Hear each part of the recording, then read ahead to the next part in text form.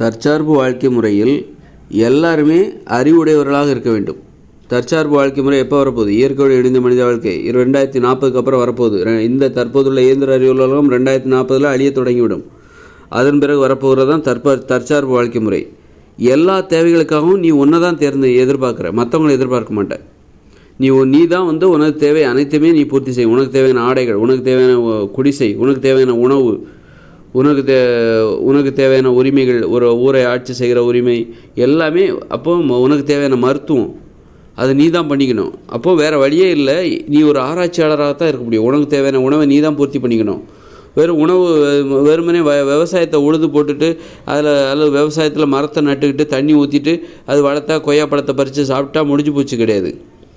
தினசரி உனக்கு தேவையான உணவை உன்னுடைய 2 ஏக்கர்லேருந்து கிடைக்குமா? உனக்கு ஒரு 2 ஏக்கர் நிலம் கிடைக்குது, அதிலிருந்து மட்டும்தான் உனக்கு தேவையான உணவை நீ வருஷம் முழுக்க ஒரு நாள் சாப்பிட முடியுமா? தினசரி உணவு உனது 2 ஏக்கர் விளைநிலத்திலிருந்து உனக்கு கிடைக்குமா? கிடைக்கும். அது எப்படி கிடைக்கும்னா, அப்படின்னா அதுக்கு நீ ஆராய்ச்சியாளராக இருக்கணும், அறிவுடையவராக இருந்தால் மட்டும்தான் அதை நீ சாத்தியப்படுத்த முடியும். இப்படி இயற்கையோடு இணைந்த மனித வாழ்க்கையில் 8 வயசுக்கு மேலே உள்ள ஒவ்வொருத்தருக்கும் நம்ம 2 ஏக்கர் நிலம் கொடுத்துருவாங்க. அப்படின்னா அந்த 2 ஏக்கர்லேருந்து தான் தினசரி வருஷம் முழுக்க உனக்கு தேவையான உணவை நீ அதிலிருந்து தான் பெற வேண்டும். தினமும் கிடைக்குமா? ஒரு 2 ஏக்கர் நிலத்தில் தினமும் உனக்கு உணவு. இப்போ தோட்டத்துக்கு போனால் கொய்யாப்பழம், ஆப்பிள், ஆரஞ்சுன்னு தொங்கிக்கிட்டே இருக்கும். நீ வாங்கி பறிச்சுட்டு வந்துடலான்னு நினைக்கிறியா?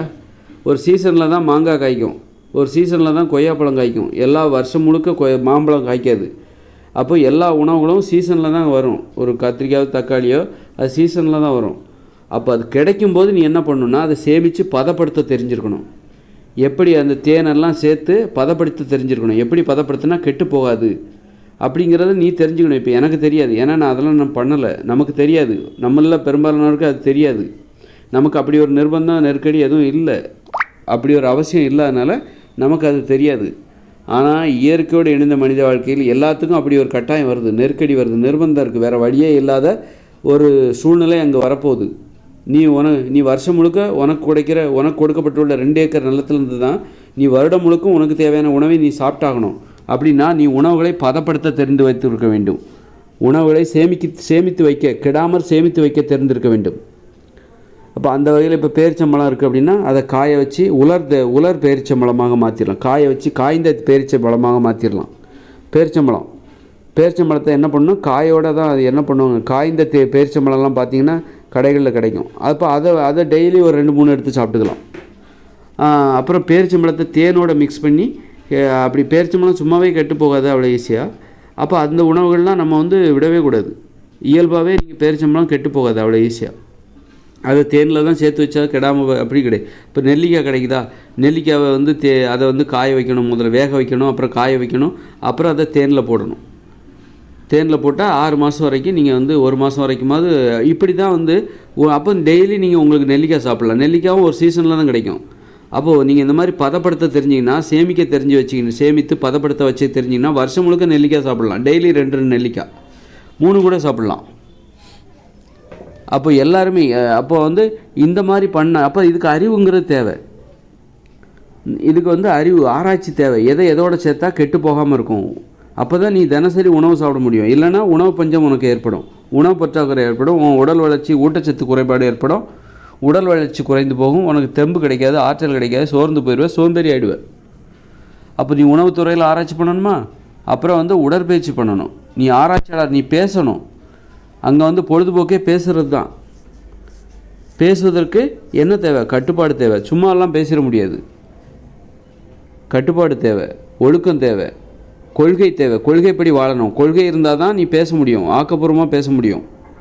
நீ கொள்கைப்படி வாழணும். உனக்கு வீரம் வேணும், ஒரு வீரம் நிறைந்தவராக நீ இருக்க வேண்டும். அப்புறம் உனக்கு கொள்கை இருக்கணும், கட்டுப்பாடு இருக்கணும். கட்டுப்பாடு இல்லாதவங்ககிட்ட வீரம் வன்முறை தான் வீரம். கட்டுப்பாடு இல்லாதவர்களின் வீரம் என்பது வன்முறை தான்.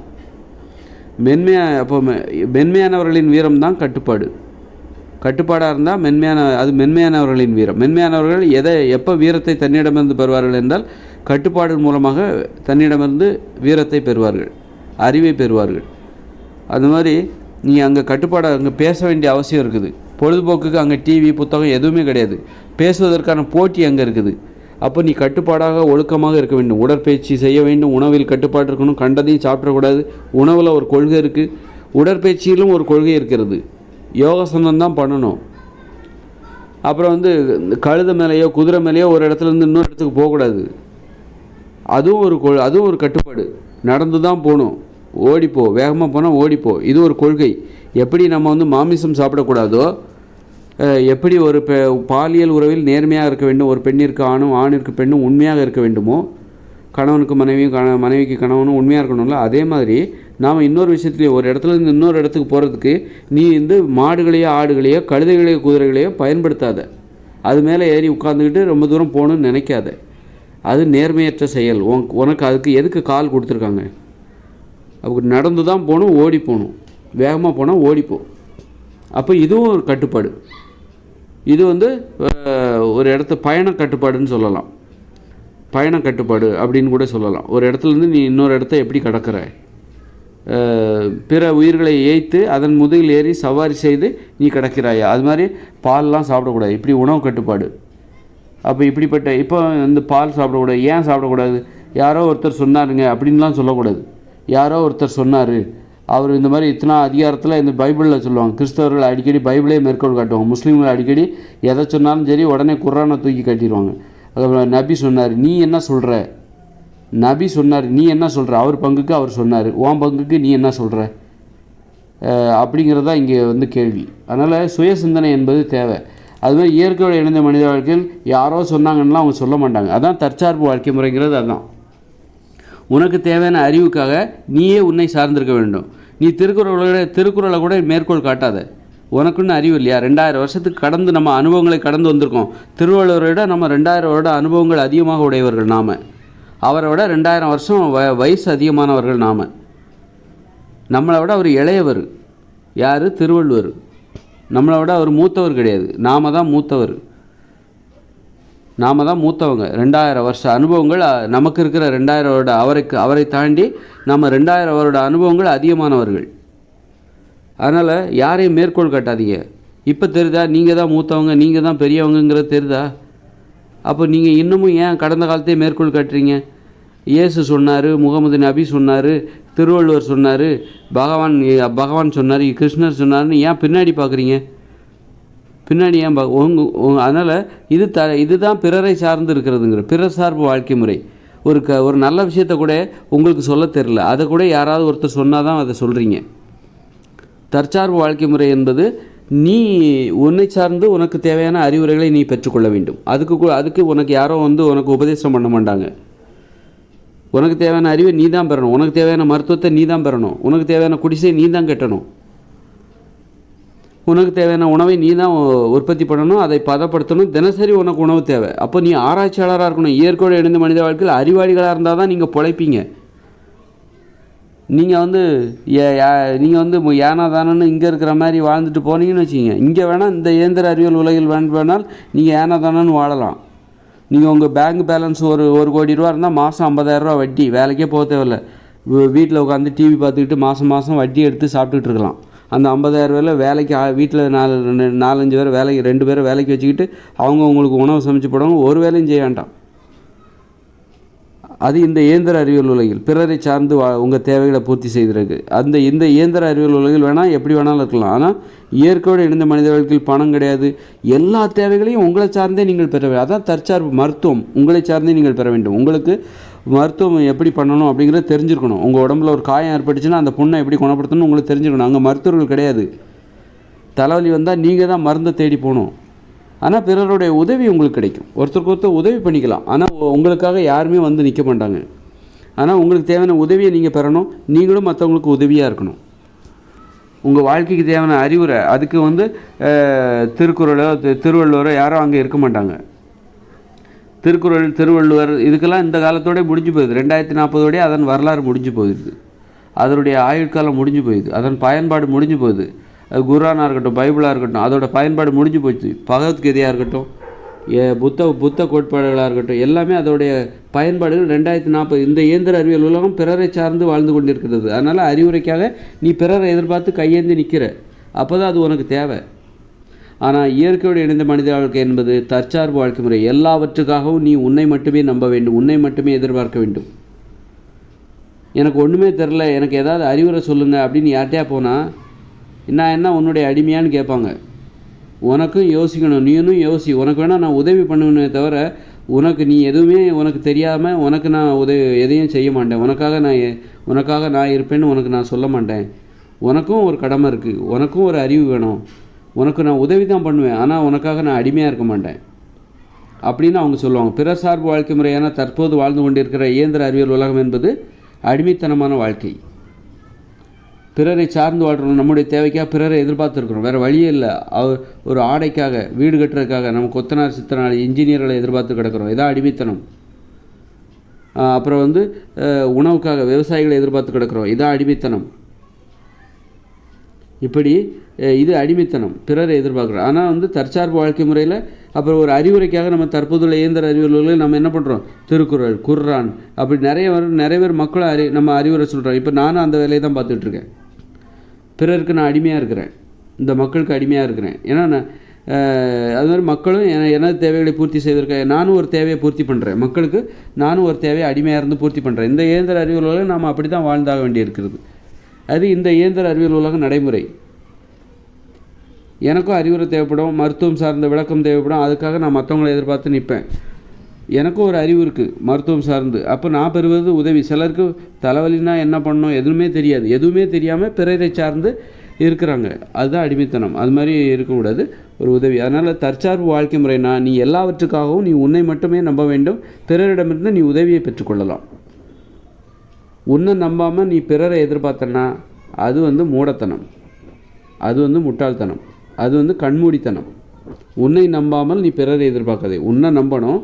உன்னிடமிருந்தும் உனக்கு நீ தான் வழிகாட்டி, அதே நேரத்தில் உனக்கு தேவையான உதவியையும் நீ பிறரிடமிருந்து பெற வேண்டும். எல்லாமே உனக்கு தெரிஞ்சிருக்காது. அதனால் பிறரிடமிருந்து நாம் தெரிஞ்சுக்கிட்டு நம்ம இன்னும் சிறப்பாக நம்ம வாழ்க்கையை வாழ வேண்டும். அதனால் இயற்கையோடு இணைந்த மனித வாழ்க்கையில் எல்லாருமே ஆராய்ச்சியாளர்களாக வாழ வேண்டிய கட்டாயம் இருக்கிறது. எல்லாருமே ஆராய்ச்சியாளராக வாழணும். இல்லைன்னா நீ சும்மா நான் ஆராய்ச்சியாளர்லாம் வாழ மாட்டேன், இல்லை அப்படியெல்லாம் இருந்தால் நீ அங்கே பிழைக்கவே முடியாது. உணவில் ஆராய்ச்சி பண்ணணும் தினசரி. ஏன்னா அங்கே உணவில் ஒரு கொள்கை இருக்குது, அவங்க மாமிசம்லாம் உண்ண மாட்டாங்க, பால் சாப்பிட மாட்டாங்க, முட்டை சாப்பிட மாட்டாங்க. கொள்கைப்படி வாழ்ந்தால் தான் அங்கே வாழவே முடியும். அந்த கடும் குளிரை எதிர்கொள்வதற்கு உங்களுக்கு ஒரு கொள்கை தேவை, உறுதி தேவை. குடிசையில் வாழ்ந்தாலும் நாம் கொள்கையாளர்கள் என்கிற அந்த உயர்வு மனப்பான்மை உங்களுக்கு தேவை. குடிசையில் வாழ போகிறீங்க, அப்போ உங்களுக்கு இப்போ இந்த இயந்திர அறிவியல் உலகில் நமக்கு ஒரு உயர்வான மனப்பான்மை தேவையில்லைன்னு நினச்சிக்கிறாங்க மக்கள். ஏன்னா நான் என்னை உயர்வாக மாற்றிக்கொள்வதற்கு எனக்கு பெரிய வீடு இருக்குது, கார் இருக்குது, பங்களா இருக்குது. அப்போ எனக்கு ஒரு கொள்கையெல்லாம் தேவையில்லை. என் வீடே சொல்லும் நான் உயர்ந்தவர் என்பதை, நான் திறமை வாய்ந்தவர் என்பதை, சிறந்தவர் என்பதை. எனக்கு தேவையான உயர்வு மனப்பான்மை பெறுவதற்கு என்னுடைய வீட்டை பார்த்தாலே எனக்கு உயர்வு மனப்பான்மை வந்துடும். என்னை பார்க்குறவங்க எனது வீட்டை பார்த்தால் வியந்து போவார்கள், என்கிட்ட இருக்கிற வசதியை பார்த்தா வியந்துருவாங்க. ஆனால் எனக்கு ஒன்றுமே தெரியாதுங்க, எனக்கு ஒரு கருத்து ரீதியாக எனக்கு ஒன்றும் தெரியாதுங்கிறது. அப்போ அதெல்லாம் பெரிய விஷயமே கிடையாது இந்த உலகத்தில் அப்படின்னு நினைக்கிறாங்க மக்கள். கருத்து ரீதியாக எனக்கு ஒன்றும் கிடையாது, அதுக்கு நான் ஆனால் இந்த உலகத்தில் நான் உயர்ந்தவராக காட்டிக்கிறதுக்கு எனக்கு வீடு போதும், வீடு, பெரிய காரு, நிறைய பேர் 4-5 வேலைக்காரங்க, கதவு திறந்தோட ஆள், கார் கதவை திறந்து, இப்படியெல்லாம் இருந்து நான் என்ன உயர்த்திக்க முடியும். இந்த இயந்திர அறிவியல் உலகில் அதற்கு வாய்ப்பு இருக்கிறது. என்னை சுற்றி இருக்கிறவங்க என்ன வியந்து பார்ப்பாங்க. ஆனால் இயற்கையோடு இணைந்த மனித வாழ்க்கையில் அங்கே நீங்கள் குடிசையில் தான் வாழ போகிறீங்க. அப்போ உங்களை யார் உயர்த்துவா? எப்படி உயர்த்துவீங்க? இயற்கையோடு இணைந்த மனித வாழ்க்கையில் உங்களை நீங்கள் எப்படி உயர்த்துவீங்க? இந்த இயந்திர அறிவியல் உலகில் உங்களை உயர்த்தி கொள்வதற்கு நீங்கள் என்ன பண்ணுறீங்க? காரு, விலை உயர்ந்த ஆடைகள், நகைகள், வீட்டு வேலைக்காரர்கள், இதெல்லாம் வச்சுக்கிட்டு நீங்கள் உங்களை உயர்த்திக்கிறீங்க. இயற்கையோடு இணைந்த மனித வாழ்க்கையில் அங்கே மின்சாரம் கிடையாது, தொழிற்சாலை கிடையாது, உலோக பயன்பாடு ரொம்ப குறைவு. அப்படி இருக்கும்போது குடிசையில் தான் வாழ்வீங்க. அப்போ நீங்கள் உங்களை எப்படி உயர்த்துவீங்க? வேறு வழி இல்லை, குடிசையில் தான் வாழ்ந்தாகணும். அங்கெல்லாம் கார் எதுவுமே கிடையாது, புத்தகம் எதுவும், கணினி, டிவி எதுவும் கிடையாது, வீட்டு வேலைக்கு யாரும் வர மாட்டாங்க, உங்கள் வீடே குடிசை தான். அப்போ நீங்கள் உங்களை எப்படி உயர்த்துவீங்க? அப்போ உங்கள் கொள்கை தான் உங்களை உயர்த்தும். அந்த கடும் குளிரை எதிர்கொள்ளணும். அங்கே இயற்கையோடு இணைஞ்சு வாழ போகிறீங்க, கடுமையாக குளிரும், மழை பெய்யும், அதெல்லாம் நீங்கள் நடுங்கிட்டு உட்காரும்போது உங்களுக்கு எது சப்போர்ட்டு, எது ஆதரவாக இருக்குன்னா நீங்கள் ஒரு கொள்கையாளர்கள், நீங்கள் ஒரு கொள்கையாளர், கட்டுப்பாடு நிறைந்தவர், ஒழுக்கம் நிறைந்தவர் என்பது தான் உங்களை நீங்கள் உயர்த்தி கொள்வதற்கு வேறு வழியே இல்லை. இந்த கட்டுப்பாடு தான் உங்களை உயர்த்தும். இந்த ஒழுக்கம் தான் உங்களை உயர்த்தும், கொள்கை பற்று தான் உங்களை உயர்த்தும். அதனால் நீங்கள் வந்து கொள்கையெல்லாம் எனக்கு தேவையில்ல, மாமிசம் சாப்பிட்றேன் அது சாப்பிட்றேன்னா கொள்கையை மீறுறீங்க. அப்போ நீங்கள் வந்து தாழ்வு நிலையை அடைவீர்கள். மாமிசம் சாப்பிட்டா உயர்ந்துட மாட்டீங்க. கொள்கையை மீறுவதால் நீங்கள் தாழ்வு நிலையை அடைவீர்கள். உங்களால் கடும் குளிரை எதிர்கொள்ள முடியாது. உங்கள்கிட்ட வந்து மன உறுதி இருக்காது. மன உறுதி இல்லாதனால்தான் நீங்கள் மாமிசம் சாப்பிட்றீங்க. மாமிசம் சாப்பிடாமல் இருப்பது ஒரு கட்டுப்பாடு. அந்த கட்டுப்பாட்டை கடைபிடிக்க உங்களுக்கு மன உறுதி வரும். கட்டுப்பாட்டை கடைபிடிக்கும் போது மாமிசம் சாப்பிடக்கூடாது அப்படிங்கிற கட்டுப்பாட்டை கடைபிடிக்கும் போது தான் உங்களுக்கு மன உறுதி வரும். பால் சாப்பிடக்கூடாது, தயிர் சாப்பிடக்கூடாது, மோர் சாப்பிடக்கூடாது, முட்டை சாப்பிடக்கூடாது, மீன் சாப்பிடக்கூடாது. அப்போ அது ஒரு கட்டுப்பாடு, அது ஒரு கஷ்டம். அப்போ தான் உங்களுக்கு மனசு உறுதியாகும். அந்த கட்டுப்பாட்டை மீறி அதை சாப்பிட்டா நிறைய சத்துன்னு நினச்சி நீங்கள் அதை சாப்பிட்றீங்கன்னா கட்டுப்பாட்டை மீறுறீங்க. இப்போ இன்னொரு வீட்டில் போய் திருடினா நிறைய பணம் இருக்குது, நான் அதை திருடினா நான் நல்லா வாழ்வேன்னா அது வந்து அப்போ நீங்கள் மன உறுதி இழந்துடுறீங்க. இன்னொரு வீட்டில் நிறைய பணம் இருக்குப்பா, நிறைய பணம் இருக்குது இன்னொரு வீட்டில், ஆனால் நீங்கள் அதை போய் திருடி போய் எடுத்து நீங்கள் உங்களுக்கு தேவையான ஊட்டச்சத்து நிறைந்த உணவுகளை வாங்கி சாப்பிட்டீங்கன்னா உங்களுக்கு வந்து மன உறுதி அதிகரிச்சிருமா? அதிகரிக்காது. உங்கள்கிட்ட ஒன்றுமே இல்லை, கொஞ்சம்தான் இருக்குது அப்படின்னா கூட நீங்கள் அந்த திருடாமல், அந்த இடத்துல கட்டுப்பாடாக இருந்து திருடாமல் உங்கள்கிட்ட என்ன இருக்கோ அதை வச்சு நீங்கள் ஏதோ ஒன்று சாப்பிட்றீங்க, வயிற்றை நிறைச்சிக்கிறீங்க, பட்னியாக கிடந்தால் கூட அதில் தான் மன உறுதி இருக்குது. நீங்கள் சாப்பிட்லன்னா கூட நீங்கள் நேர்மையானவராக இருந்தால் உங்களுக்கு மன உறுதி இருக்கும். நீங்கள் திருடி நிறைய சாப்பிட்டு வயிறு நிறைய சாப்பிட்றீங்க, ஆனால் திருடி சாப்பிட்றீங்க, அப்போ உங்கள்கிட்ட மன உறுதி இருக்குமா? இருக்காதா? இருக்காது, கொஞ்சம் கூட இருக்காது. அதுதான் விதிமுறை. இதுதான் மன உறுதிக்கான விதிமுறை. இங்கே மக்கள் என்ன நினச்சிக்கிறாங்கன்னா, எவனையாவது ஏச்சு பொழைச்சி திருடி கடன் வாங்கி சிறப்பாக வாழ்ந்துட்டா, ஊட்டச்சத்து நிறைந்த உணவுகளை தின்னுட்டாக்கா நம்ம மன உறுதி அடைந்து விடுவோம். இப்போ இயற்கை விதிமுறை மாமிசம் சாப்பிடக்கூடாதுன்னு சொல்லுது. அப்போ நீங்கள் மாமிசம் சாப்பிட்றீங்கன்னா கட்டுப்பாட்டை மீறுறீங்க. திருடக்கூடாது அப்படின்னு ஒரு கட்டுப்பாடு இருக்குது, அதை மீறி நீங்கள் திருடுறீங்கன்னா நீங்கள் கட்டுப்பாட்டை மீறுறீங்க. அப்போ உங்கள்கிட்ட மன உறுதி இருக்காதுல்ல. அதே மாதிரி தான் மாமிசம் சாப்பிடக்கூடாதுன்னு இயற்கை விதிமுறை சொல்லுது. பால் சாப்பிடக்கூடாது, முட்டை சாப்பிடக்கூடாது, மீன் சாப்பிடக்கூடாதுன்னு. அப்போ அந்த விதிமுறையை நீங்கள் மீறும்போது நீங்கள் கட்டுப்பாட்டை இழக்கிறீர்கள். அப்போ உங்களுக்கு மன உறுதி குறையும் தானே. நீங்கள் சாப்பிட்றது மாமிசமாக இருந்தாலும் நீங்கள் கட்டுப்பாட்டை மீறி தான் அதை சாப்பிட்றீங்க. அப்போ உங்களுக்கு மன உறுதி குறையும். மன உறுதியை இழந்து விடுவீர்கள். நீங்கள் தாழ்வு மனப்பான்மை வரும். மாமிசம் சாப்பிட்டா தாழ்வு மனப்பான்மை வரும்.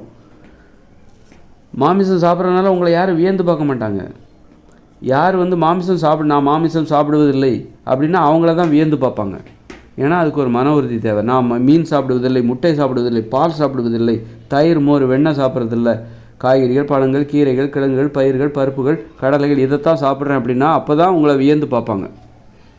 இது மட்டும்தான் சாப்பிட்றேன், நான் உணவு கட்டுப்பாட்டை கடைபிடிக்கிறேன், மனித உணவுகளை மட்டும்தான் சாப்பிடுவேன் அப்படிங்கிறப்ப தான் உங்களை வியந்து பார்ப்பாங்க. உங்களுக்கு மன உறுதி, உங்களுக்கே உங்களை பற்றின ஒரு சுய பெருமை ஏற்படும், ஒரு சுய மரியாதை ஏற்படும், ஒரு மன உறுதி. அதுதான் அந்த குளிரை தாங்கிறதுக்கு உதவும். அந்த இயற்கையோடு இணைந்த மனித வாழ்க்கையில் அந்த குடிசையில் வாழ்வதற்கு அந்த கட்டுப்பாடு, அந்த மன உறுதி, அந்த கொள்கை பற்று அதுதான் உங்களுக்கு உதவி செய்யுமே தவிர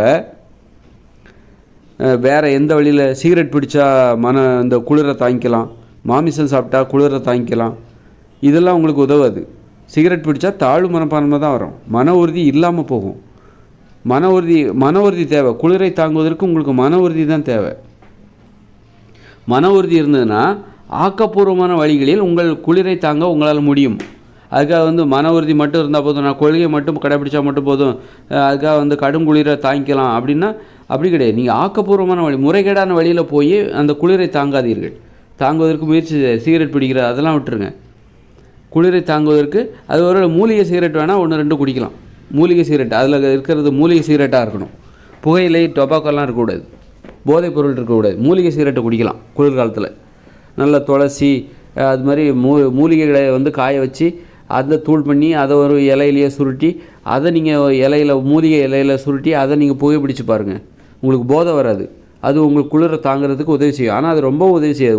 ஒரு பீடி தான் குடிக்க முடியும், 1 தான் 2 தான் குடிக்க முடியும். மூலிகை பீடி 1 2 தான் குடிக்க முடியும்.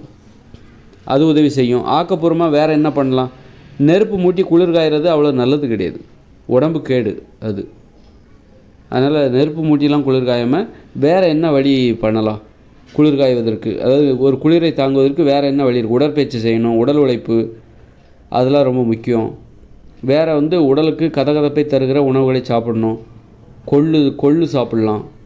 கொள்ளு சூடு, சரியான சூடு. அது குளிர்காலத்தில் சாப்பிட வேண்டிய உணவு, வெயில் காலத்தில் சாப்பிடக்கூடாது. கத்திரிக்காய் இதெல்லாம் வந்து சூடு, இது குளிர்காலத்தில் சாப்பிட்ணும். அது மாதிரி சூட்டை தருகிற உணவுகள் எதுன்னு நம்ம கண்டுபிடிக்கணும், ஆராய்ச்சி பண்ணணும். இருக்குது, அது நமக்கு தெரியாமல் இருக்கலாம், போய் தேடணும். அப்போ அதுக்கு ஆராய்ச்சி மனப்பான்மை தேவை. ஆராய்ச்சி செய்யாதவன் தான் இந்த புகையிலை பிடிக்கிறது, மது அருந்துறது, பிராண்டி குடிக்கிறது, இந்த மாதிரி குறுக்கு வழியில் மாமிசம் திங்கிறது. கோழிக்கறி சாப்பிட்டா அது சூடு, அப்போ குளிரை தாங்கிறதுக்கு கோழிக்கறி சாப்பிடு, அது மாதிரி குறுக்கு வழியில் போவாங்க.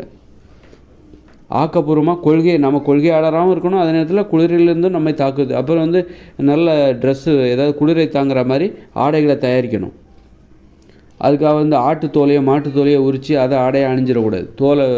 விலங்குகளின் தோலை உரித்து, ஒருவேளை இறந்து போன ஒரு மாட்டிடமிருந்து அதன் தோலை உரித்து பண்ண முடியும்னா பண்ணலாம். ஆனால் அதெல்லாம் முடியுமா? அதற்கான தொழில்நுட்பம் தற்சார்பு வாழ்க்கை முறையில் இருக்காது. ஒரு தோலை பதனிடுகிற தொழில்நுட்பம் என்பது தற்சார்பு வாழ்க்கை முறையில் கிடைக்காது. உனக்கு தேவையான ஆடையை, உனக்கு தேவையான ஒரு தோலாடையை உன்னால் தயாரிக்க முடியுமா? அது முடியாதுன்னா அப்போ தற்சார்பு வாழ்க்கை முறையில் அப்போ அது கிடையாது. அப்போ வேறு வழியில் எப்படி வந்து குளிரை தாங்க முடியும்? ஒரு ஆடையை தயாரிக்கலாம். குளிரை தாங்குவதற்கு ஒரு கதகதப்பான ஆடையை நீ எப்படி தயாரிப்ப? ஒரு பருத்தி, பஞ்சு இதெல்லாம் வந்து விளைய வைக்கணும். விளைய வச்சு பருத்தி செடி போட்டு அதில் வந்து பருத்தி பஞ்சுகளை சேகரித்து வைத்துக்கொள்ள வேண்டும். சேகரித்து வைத்து கொண்டால் அதை ஒன்றோடு ஒன்று ஒட்டி ஒரு ஆடை போல் உருவாக்கி இரவு நேரத்தில் தூங்குவதற்கு பயன்படுத்தி கொள்ளலாம். இப்படி குடிசை அப்போ நீ ஒரு ஆராய்ச்சியாளராக இருக்க வேண்டிய கட்டாயம் இருக்குது. ஒரு ஆடையை எப்படி தயாரித்து கொள்வது? நம்ம கட்டுப்பாடுகளையும் மீறக்கூடாது. இயற்கை விதிமுறை கட்டுப்பாடுகளையும் மீறாமல் எப்படி நம்ம குளிர்லேருந்து பாதுகாத்துக்கணும்? ஆடையை வந்து தயாரிக்கிற தொழில்நுட்பம் உனக்கு தெரிஞ்சிருக்கணும். நல்ல ஆடைகளை தயாரிக்கிற ஒரு தொழில்நுட்பம் உனக்கு தெரிஞ்சிருக்கணும். அப்படி வந்து அப்புறம் குடிசைகள் மழை நேரத்தில் ஒழுகக்கூடாது. அந்த குடிசையை எப்படி கட்டலாம் அப்படி நீ யோசிக்கணும். ஒரு குடியிருப்புகள் எப்படி இருக்க வேண்டும்? உயரமான இடத்துல இருக்கணும். எங்கே மழை வரும், எங்கே தண்ணி வரும், எங்கே குடியிருக்கக்கூடாது எல்லாம் தெரிஞ்சிருக்கணும். அப்போ நீ அறிவுடையவராக இருந்தால்தான் இயற்கையோடு இணைந்த மனித வாழ்க்கையில் வாழ முடியும். தற்சார்பு வாழ்க்கை முறை யாரோ யோசித்து நம்மளை எங்கேயோ வந்து குடியமர்த்துவாங்க அப்படின்னு நினைக்காத. உன் வாழ்க்கையை நீ பார்த்துக்கோ. உனக்கு தேவையான ஆடையை நீ தான் தயாரிக்கணும். உனக்கு தேவையான வீட்டை நீ தான் கட்டிக்கணும், மழை வராத மாதிரி. அப்போ நீ புத்திசாலியாக இருக்கணும். இயற்கையோடு இணைந்த மனித வாழ்க்கையில் நீ புத்திசாலியாக இருக்கணும், கட்டுப்பாடாக இருக்கணும், ஒழுக்கமாக இருக்கணும். மன உறுதி உனக்கு தேவை. மன உறுதி இருந்தால் தான் அப்போ பிறரிடமிருந்து உதவியை பெற்றுக்கொண்டு நீ மன உறுதியோடு ஒருத்தர் ஒற்றுமையாக வாழ வேண்டிய கட்டாயம் அங்கே இருக்குது.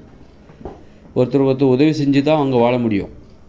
பிறரது உதவி எனக்கு தேவையில்லை அப்படின்னா, இப்போ உங்ககிட்ட உணவே இல்லைன்னா யாராவது ஒருத்தர் இருந்தால் என்கிட்ட கொஞ்சம் உணவு இருக்குது, இதை சாப்பிடு அப்படின்னு கொடுப்பாங்க.